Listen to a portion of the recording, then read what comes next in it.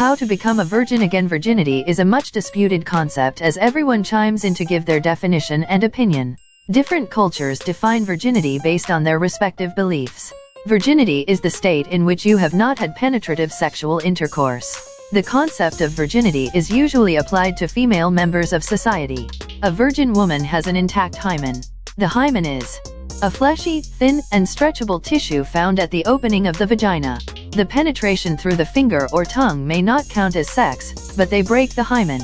But mostly, sex is the penetration of the vagina through the penis. In our society, men are not pressured to be virgins and are foreign to the concept. That is because the expectation of being chaste and pure is attached only to women. The myth of the hymen puts them under hot water. Virginity is taken as a scale to measure the purity and virtue of a woman. It is a typical conservative notion that a woman's morality lies between her legs. Feminist scholars have declared this myth a hoax, and a means to scare girls not to have sex before marriage. But in most cultures, virginity before the wedding is still relevant. A woman may refrain from having sex with her spouse because she suffers from a virgin complex. The patriarchal society made sure to suppress women and limit their roles to the household only. They were not allowed to get an education, go outside, have a job, or have a romantic relationship before marriage. They had a sexual relationship with their spouse but not unrealistic. Before the wedding, the fathers were the head of the house, and the husband would get the status after marriage. The only expectations from women were to produce children and to take care of the household. Those women who worked outside or had a premarital or extramarital affair were considered fallen women. Such women were ridiculed and disrespected because they brought humiliation to their families.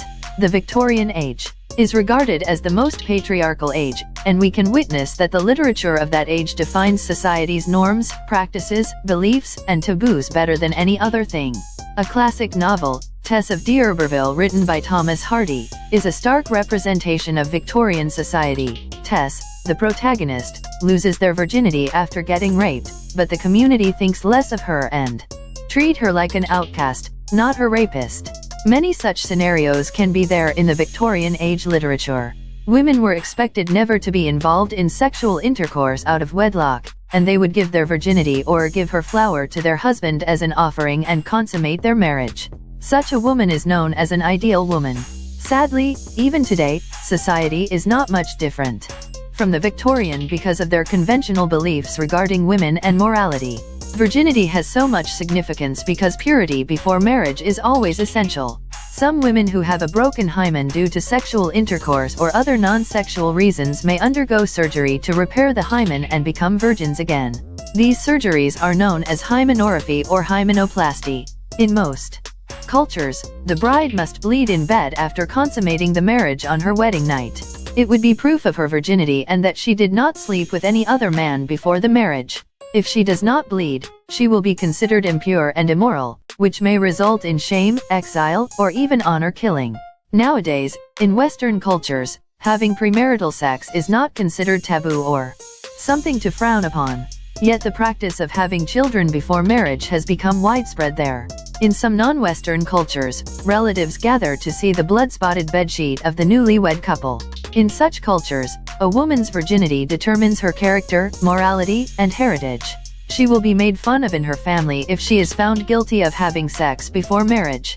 All the religions of the world have a moral code to be followed by their respective followers. Most of the major religions of the world have different beliefs regarding virginity. Religion has a significant influence on the lives of its followers. The active followers of the faith will try to fulfill the demands of the religion. They will refrain from having premarital or extramarital relationships if their religion asks them to. If they have sex out of marriage, they will look up how to get their virginity back religiously. However, the virginity-related beliefs of different religions vary from each other. In Christianity, a premarital or extramarital relationship comes under adultery. The New Testament and the Sixth Commandment forbid adultery as it is one of the 7 deadly sins. Marriage should be honored by all, and the marriage bed kept pure, for God will judge the adulterer and all the sexually immoral. But because of the temptation to sexual immorality, each man should have his wife and each woman her husband. Only married couples are allowed to have sexual intercourse in Christianity. Likewise, in Islam, it is not allowed to have extramarital sex or adultery. Islamic law Permits to give strict punishments for those who commit zina. Men and women are punished with 100 lashes who commit adultery, and adulterers are stoned to death. The unlawful sex welcomes the wrath and anger of Allah. Men and women will burn in hell as it is one of the great sins. If someone accuses anyone of adultery, the former is supposed to bring forth 4 witnesses who have seen the latter indulge in the sexual act.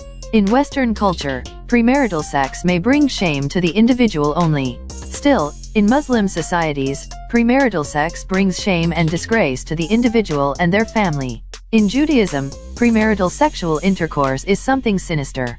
Premarital relationships are not allowed, but it usually does not cause any unrest at the wedding time. The Jewish bride doesn't need to be a virgin, and her illegitimate child is not called a bastard or treated as an illegitimate child, unlike most other cultures. A legit marital relationship is considered a virtue. The Jewish law has specific rules that protect and guide female virgins regarding consensual and non-consensual premarital sex. In Hinduism, premarital sex is not taboo. Hinduism does not regard sexual desire as impure or sinister.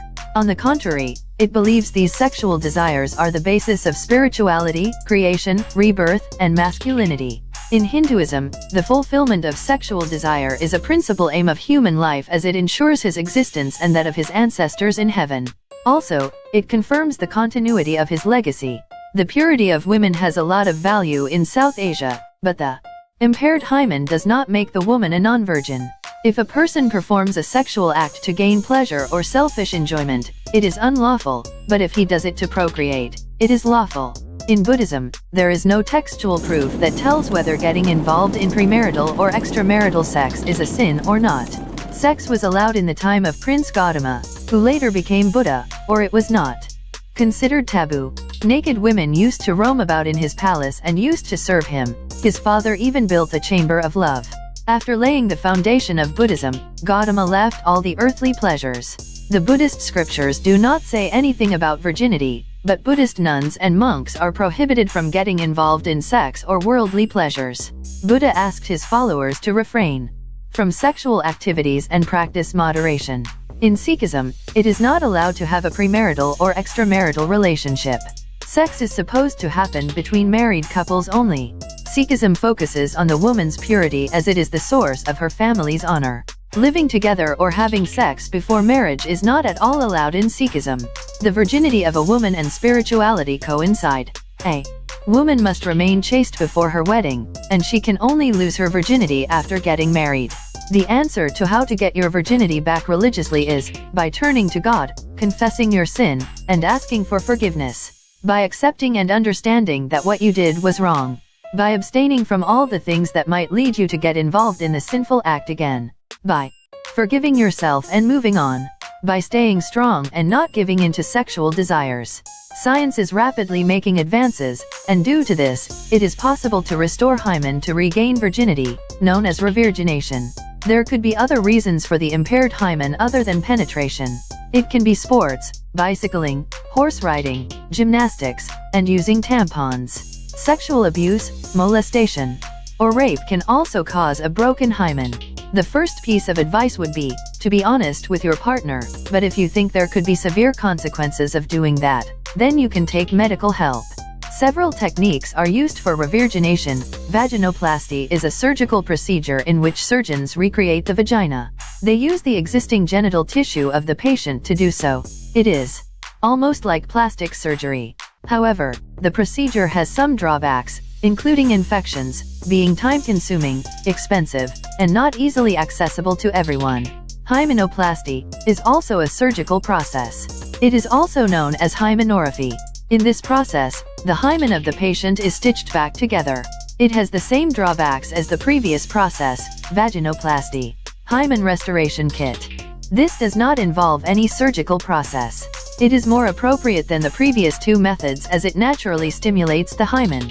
As the name suggests, the kit comes with a set of tools. The kit also has an instruction manual which is very easy to follow, and two translucent membranes for a restored hymen effect. The fake hymen kit is easy, does not cost much, and is not time-consuming.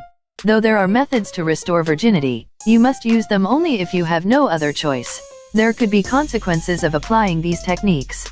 One must try to live by following the rules stated by their religion. Thank you for watching. Subscribe.